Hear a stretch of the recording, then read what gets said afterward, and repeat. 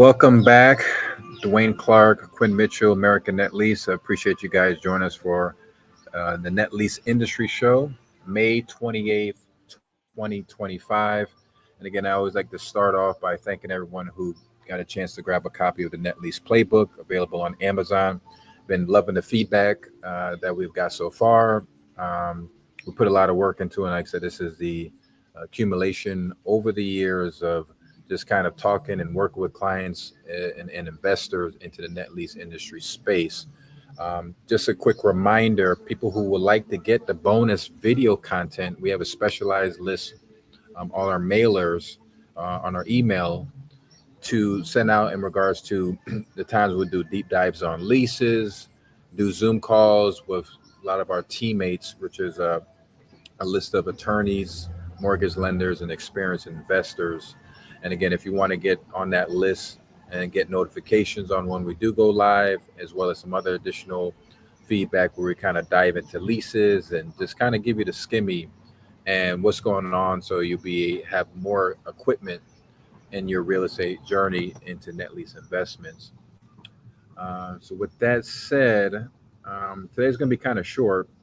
I know we kind of messed up and didn't get on live yesterday.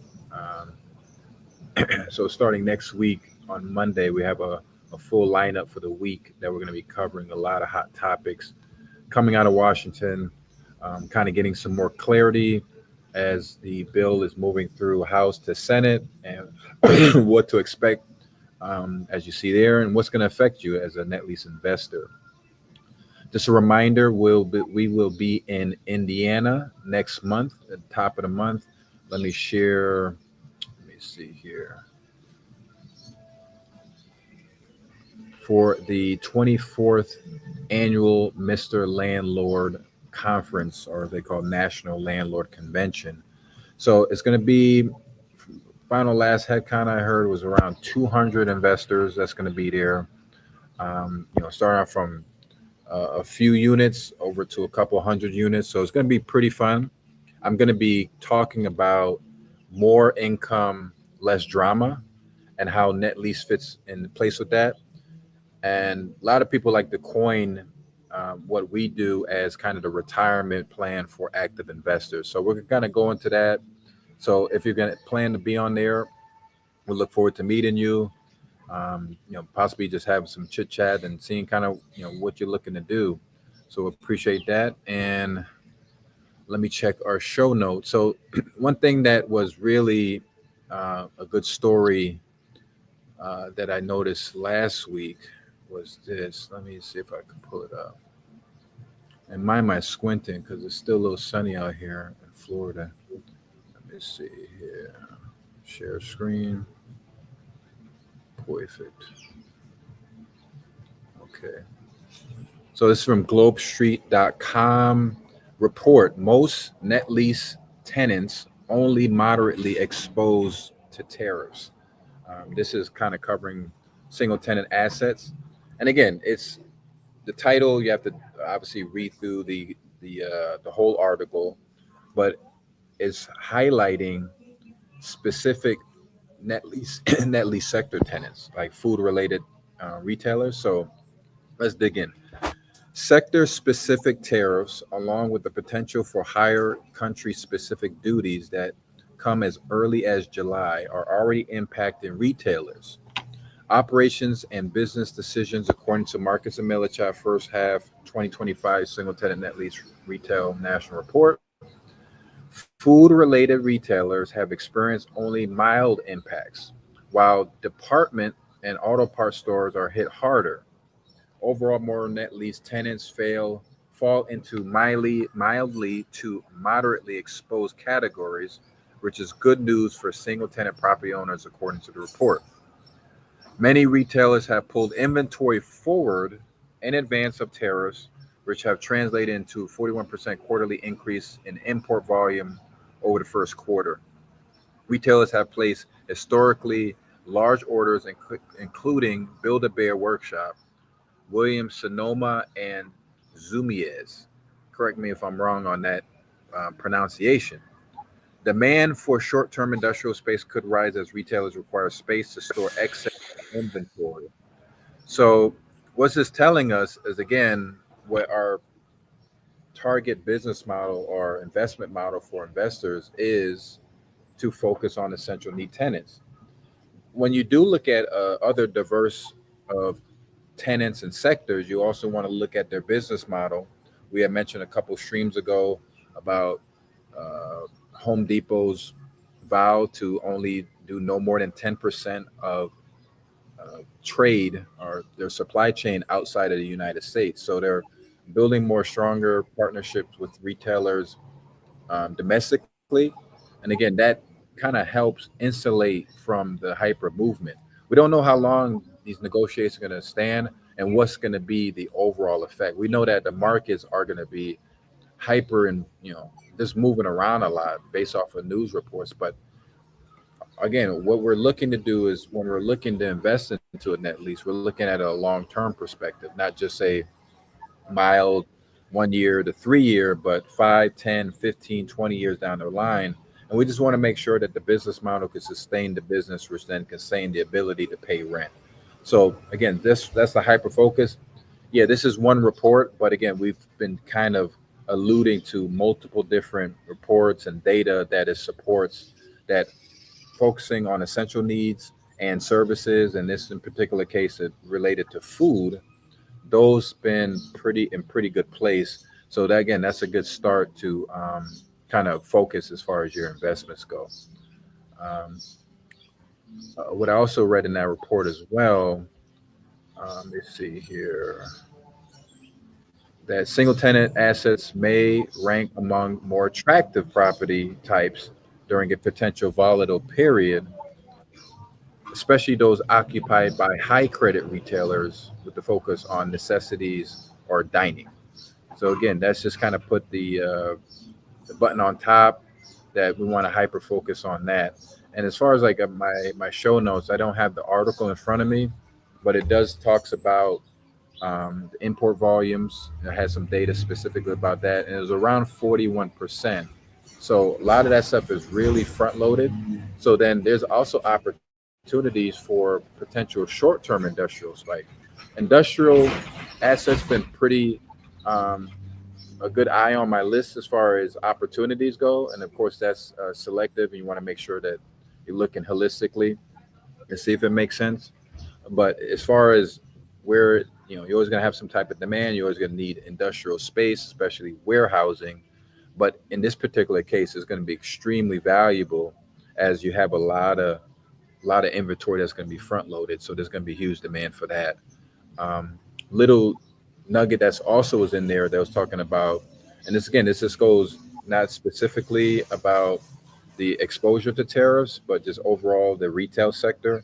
That construction pipeline is just about 0.2% of inventory. So we have tight vacancies, which then favors the existing assets that are currently there. The the openings that do exist are then taken up by high credit tenants like Dollar Tree, Dollar General, Aldi's, and things like that. So those are some potential opportunities there, especially if you have possibly space or land that you can release to different tenants.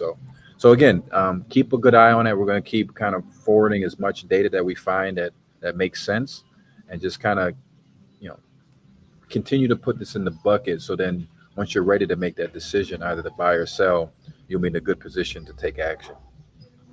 And I had a conversation or a couple conversations today with a few investors just regarding the tariff situation.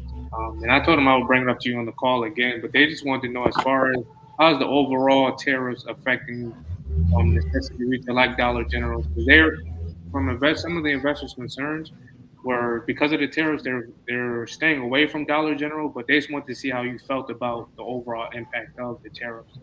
Um, Yeah, we're just kind of highlighting it. Just we're looking at it from like a longer term perspective. So everyone's going to be affected to a degree, and and again, a lot of the presidents over the years have talked about they was going to address this problem. So here we are. I mean, if it's not now, maybe possibly in the future, or maybe we never would have possibly got into this. But the fact of the matter is that that's the current reality. So then we have to kind of look at what can we possibly do. So publicly traded companies like Dollar General, we got to look deeper as far as like the supply chain, how much of their business relies on foreign imports. And then, also you can read some of the forecasts of what they think. And of course, they're a publicly traded company. They deal with investors, and they want to kind of present their information and their business practices in the best light. So we always got to keep that nuance. But at the same time, do they provide necessity-based products? And then on top of that, we want to hyper focus on the real estate, because right now, Dollar General and Pacific specifically is a triple B plus tenant, so it's strong credit wise, and it can withstand longer, shorter term volatility. So we have to look at it that, okay, we covered that piece, but then we also look at the real estate itself in a specific market. Does it serve a need? What's the traffic count? Where specifically is it located to other retailers? And how does it fit overall holistically? Is really, we're looking at it from a multi-tiered structure to make sure that, oh, multi-tiered perspective, just to make sure that it makes sense overall. So yeah, of course there's going to be concern, but again, I see that as um, just one piece of the puzzle. If it was a smaller retailer and they're heavily, where their supply chain was heavily connected to it, then yeah, that'd be a potential issue, because these companies are kind of running on thin ice anyway. And couple that with high inflation, and then consumer sets up in certain markets, is going to possibly cause some certain type of issue. So again, we want to look at it from a multi-tier perspective to see if it makes sense. So we don't want to kind of fully paint Dollar General as like a no-go because of what's currently going on in the capital markets. That's a good question.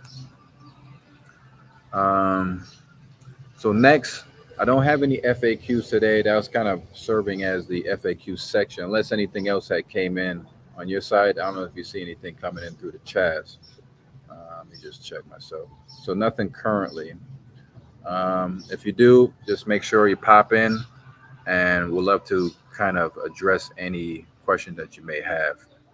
So heading off to our educational section for today, let me head back to this one.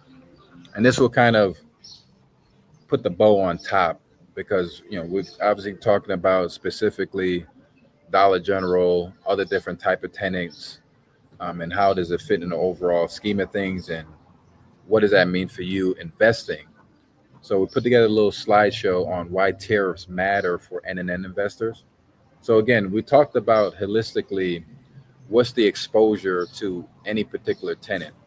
So I think we have about 10 main sector categories. That goes from auto, grocery, discount, big box retailer, apparel, electronics. So they all kind of in different boats. And again, we're hyper focusing on essentials, like put in there. I didn't actually bold it, but essentials is the minimally impacted. So we want to hyper focus there. Dollar General fits in that category, even though they do have a lot of kind of cheaper goods that are outsourced to a degree.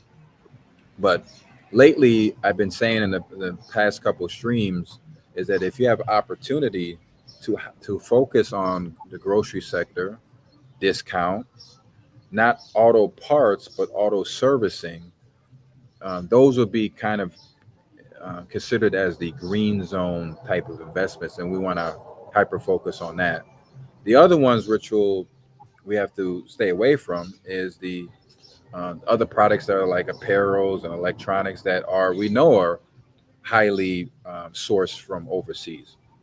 That's part of what the tariff negotiations or tariff war is mainly about, at least from the perspective of the White House, is to bring, to a degree, some type of manufacturing base to the country. I don't know if we're going to get to the point where we're going to be producing apparel and little widgets and things of that sort. We're more on a service based side. But with the advent of technology, advent of AI, you're going to see some type of stuff. So it's going to be interesting to see in the next couple months what's going to come about it. But we know that from the grand scheme of things, apparels, electronics, a lot of these cheaper items that we get, like from Amazon or some of these retailers, are heavily outsourced.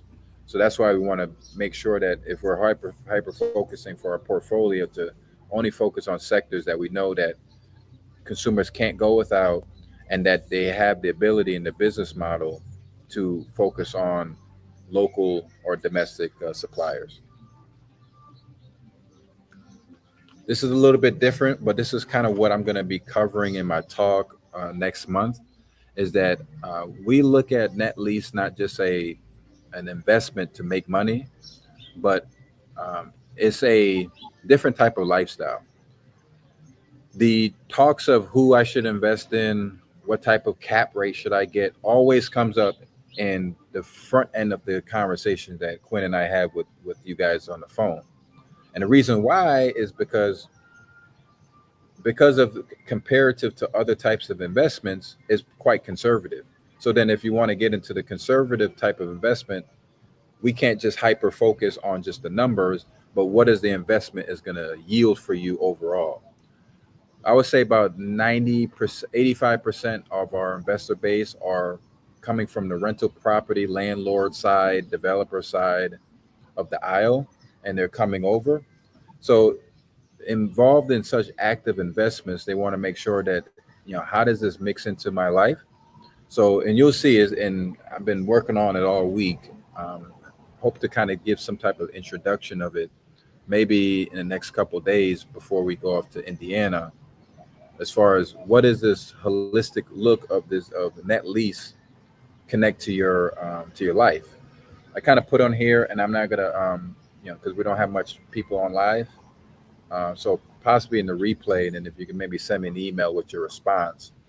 But what I'm gonna do is I'm gonna hand out an assessment to the group or to the audience, and just kind of ask them to rate from 1 to 10 where they're at in certain aspects from body, being, balance, and legacy, and also whatever if they have current investments on the financial or the landlord strain.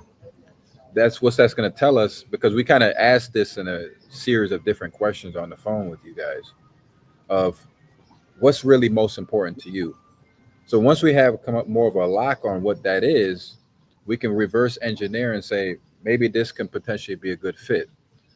But the reason why we get the tariff question, all the different type of stuff, because this stuff is not thought about more deeply and clearly, and that's why we want everyone to kind of think of it as a different type of way. I think once we get a little bit more clarity, you feel a little bit more comfortable, and then once we start looking at different options for investments, we can be able to kind of funnel it in a little bit better. Um, so again, I just want to kind of show this as what's going to be coming as far as what I'll be presenting, and also something to look into and kind of think about more as it pertains to your investment career at this current time.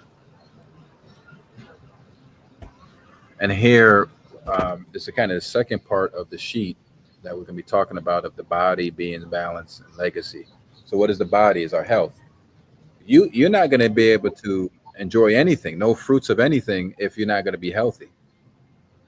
Uh, One conversation I had with another investor, he had over 100 units, and I remember the conversation I had with his son.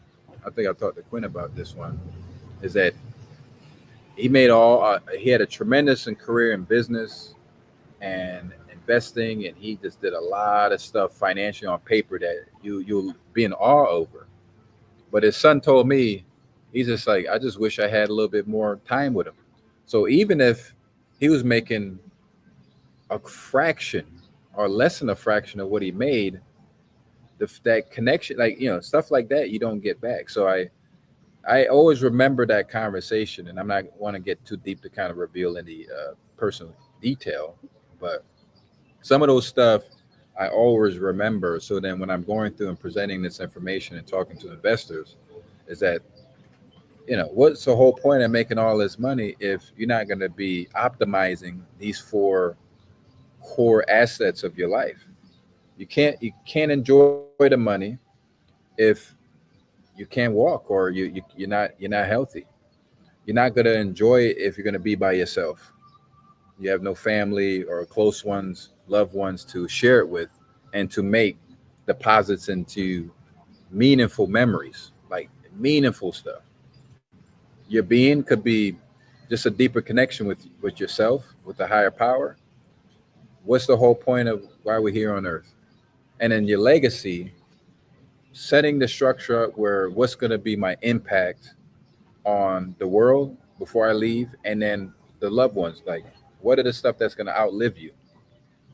I have the person that that's going to be at the conference. He mentioned that he wants to give part of his profits to his church. Others told me from many calls that I had before, they want to pass it on to their children that have no interest in real estate whatsoever. So there's like they say, "Hey, I'm doing a house flipping. I got this huge portfolio. Come join me." And they're like, "I don't want to do that. I want to be a underwater basket weaving major or something like that." And some of the stuff you can't talk them out of it, but you have to then what? You have to leave them something to a degree. You can't die with a bag of money in the grave with you. So, what? Okay, go ahead. No, no, I was just gonna say I just had the conversation yesterday with the investor that's doing a 1031 exchange, and I was asking him like, "What do you want?" And he was just like, he said the legacy properties just to give on to his kids. He said he's in his 60s. He don't really care about the income at this point because he owns everything free and clear. But he's just more or less thinking about the future and his kids and what he's going to leave to them after he dies. So that legacy part is definitely something that investors that are older definitely think about. Yeah, and that's why we try to. It sounds kind of deep when we're bringing that up. You call us and say, "Hey, I'm looking at this Chick-fil-A. I'm looking at this AutoZone property or whatever," and we start bringing up, what's most important to you? What do you want? What do you don't want? Type of thing. And again, those are important steps because when you strip away everything, real estate is just a tool to get to what you want, and none of this means anything if you don't have power in any of these balances. You can't just say, "Hey, I'm going to just focus on buy." You have to do it all simultaneously. So that's what net lease provides, is that financial freedom, but also that time freedom, so that you can really focus. And I'm not talking about, yeah, I'm going to start eating a little bit better. No, it's like I'm really about to radically change my body, my nutrition, everything. So I'm like optimizing health. I'm really not just gonna text my son once in a while. I'm gonna take him out to lunch every Friday at 2 p.m. So those type of intentional thing is what we're trying to free up, because I've tried it. I tried the whole little dibs and dabs. It don't work. You got to be all in.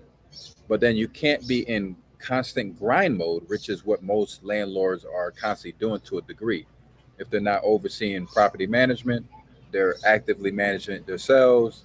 They're dealing with tenant turnover. It's something that they have to deal with the property. That's a drag.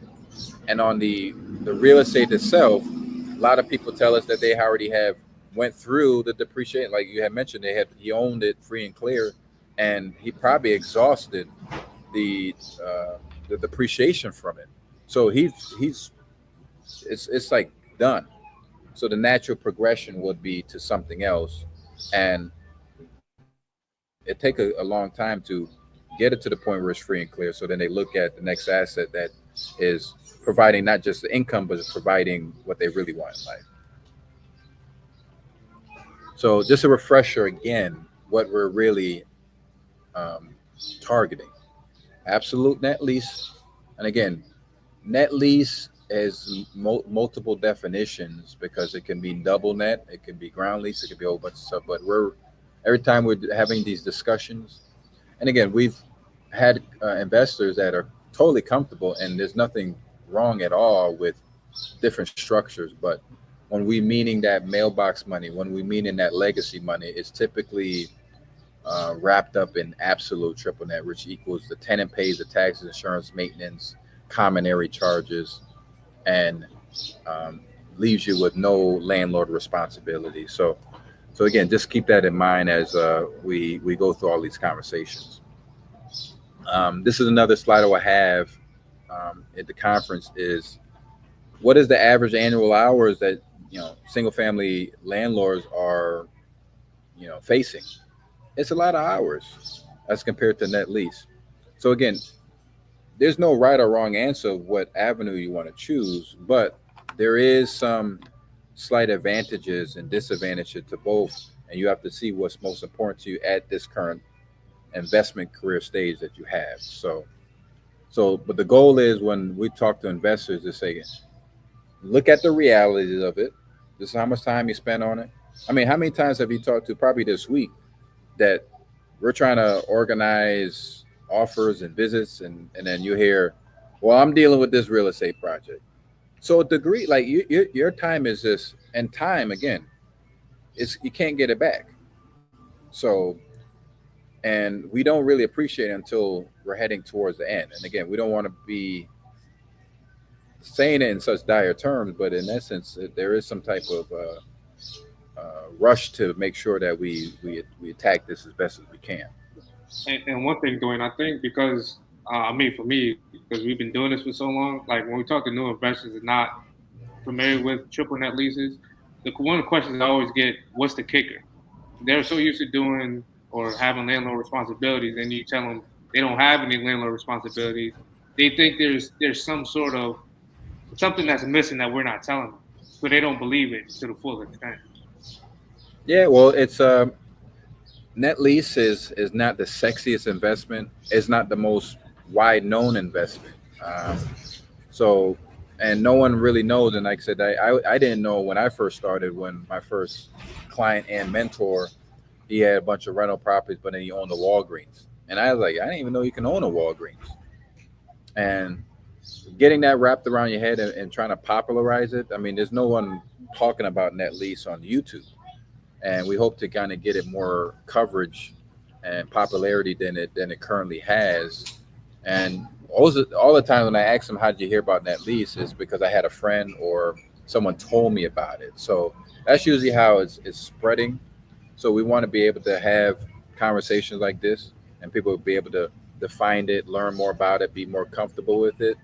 And that's why we dig through specifically a lot of these types of slides, just so you get a small inkling. I mean, there's no limit to rental property and flipping houses on YouTube, and those are great, and those are great avenues to make a lot of money. But again, I like to coin net lease as the retirement plan for active investors. So if you kind of look at it that way and see where you are in your investing career, net lease is definitely a good opportunity for you. So, but yes, the structure, most popular structure, is an absolute triple net.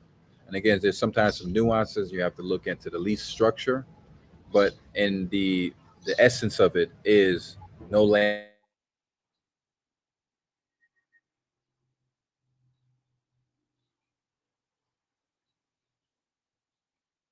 no tenants, Here we already talked about this in the news coverage about the essential goods and dining, fast food service sector, and diversified North American supply chain. And again, want to hyper focus on, like we had mentioned with Dollar General, that's an investment grade tenant. So we, at the end of the day, it's the question that you could probably ask to tell that investor, or the comment would be, um, does the company long term is in a position to pay rent to you? And if the answer is yes, so then we couple that with all of the other elements of good piece of real estate is an essential need services. You have to add those numbers up as far as the pros rather than the cons of is going through a tariff issue. Because as big as Dollar General is, and again, just because right now we're highlighting tariffs is all over the news. There's a lot of different challenges these companies go through, and I'm pretty certain, and you could probably find this in their financial reporting to their investors, that they have to constantly be innovating and looking around the corner to sustain their business. They're a publicly traded company, so I give them more more credit to have that ability to do so, and do they have the ability to sustain paying rent and being a good tenant for you. So that's how I look at it. And then like I said, if you're not looking at investment grade, we want to make sure that the company has at least 2.5 before tax income coverage, to make sure that is a very healthy company. And then also, if you have get your hands on any store sales information to see individually is that unit doing well.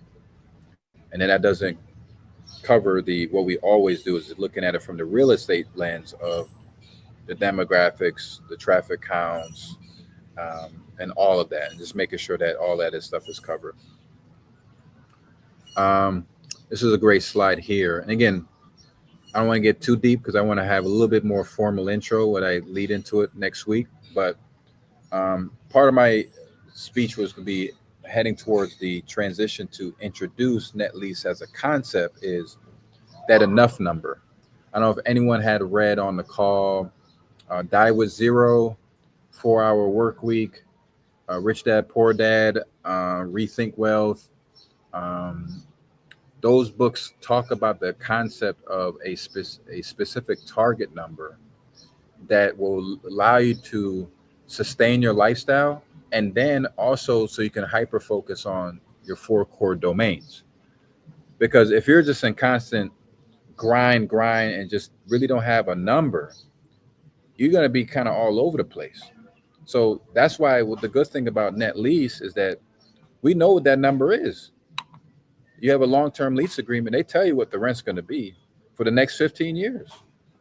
So once you start setting up your plan, that's why we always have the number, the question, what is your monthly minimum um, rent that you need? What's the cash flow you need? Or if they're coming out of an exchange from another property, I say, well, how much was that generating? What type of lifestyle was it bringing? Do you need more? So then now we're able to adjust. Once we know the number, we can reverse engineer based off of the market comps and say, this will actually be a good tenant for your portfolio. And that's why that question is very, very important. And then utilizing all of that, like the investors that Quinn was talking about, that own the property for 20, 30 years, to strategically use the 1031 exchange to replace into the net lease property, and making sure that you do it, safely and properly.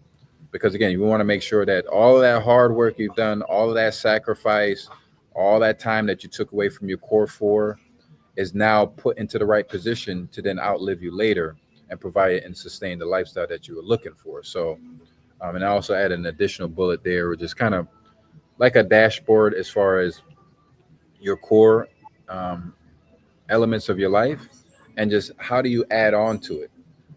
It's so easy to just say, well, I was hyper focused on real estate and making money, but then not focusing on the other buckets. And again, I'm guilty of that all the time because I tend to just get in and stewed with all of this work, and not making sure I'm doing all of the work to fill those buckets to sustain everything in my life.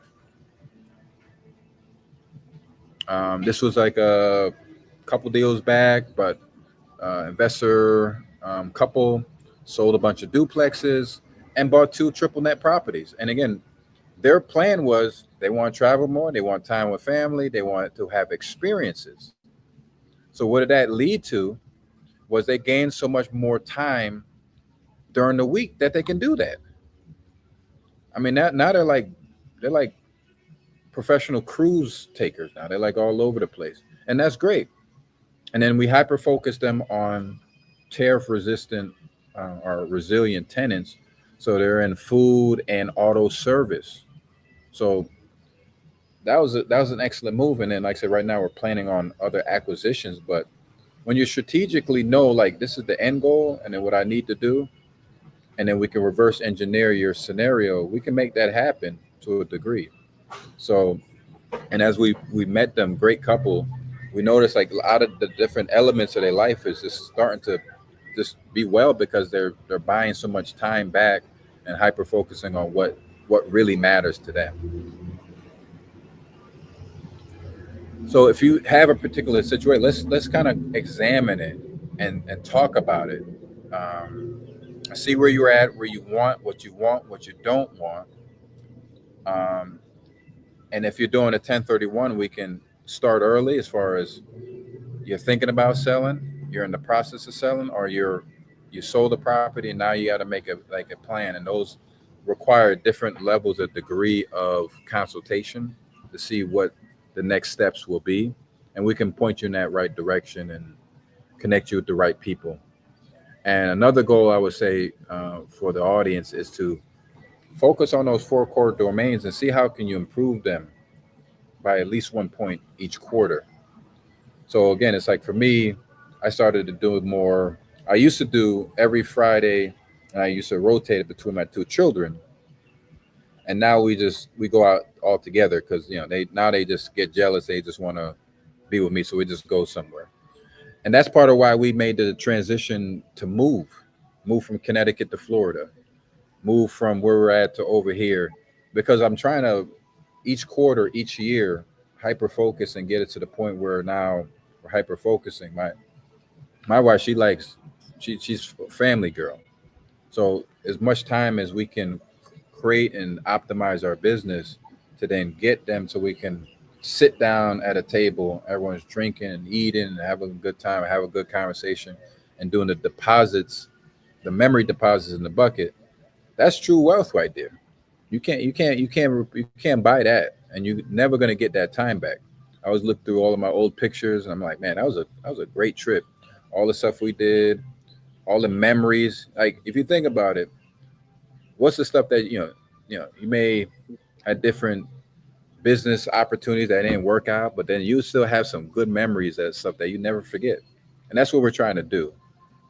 So anyone who ever read the book Die with Zero, that they highlight that and they articulate that very well, and I recommend anyone want to grab a copy of that and read it. Let me see if I can find who the author is on that. I forgot his name. So that's from Bill Perkins. Die with Zero: Getting All You Can from Your Money and Your Life. So that's a good read. So I'll check that out. In addition to, of course, the Net Lease Playbook. Um, so grab those, and like I said, just consider what we're saying. So right now we're at 40 minutes in. I think that was a good stream, and I'm gonna be getting back to work and getting back to get back to the fam. So appreciate you guys. Anything else? We got any other last questions that came into the? I think that was it. All right, sounds good. All right, fellas, it is Wednesday, and we will see you guys possibly tomorrow. Stay tuned. Later.